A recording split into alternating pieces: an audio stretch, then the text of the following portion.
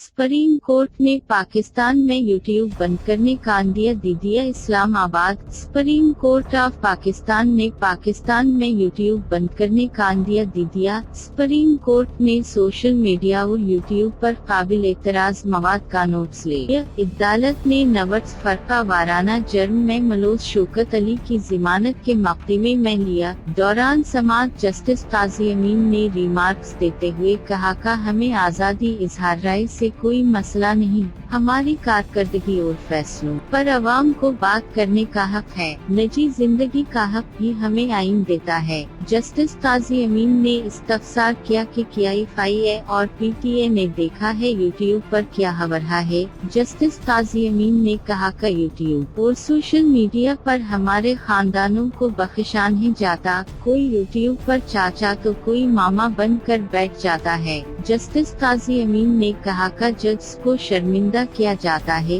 कल हमने फैसला दिया और वह यूट्यूब पर शुरू हो गया। हम तहमल काम जाहिरा कर रहे हैं, आखिर उसका अख्तिताम तो होना है। PTA हुकाम ने कहा कि हम इंफरादी मवाद को हटा नहीं सकते, सिर्फ रिपोर्ट कर सकते हैं। जस्टिस मुशीर आलम ने कहा कि कई ममालिक में यूट्यूब बंद है। अमेरिका और यूरोपीय यूनियन के खिलाफ मवाद यूट्यूब पर डाल कर दिखाएं।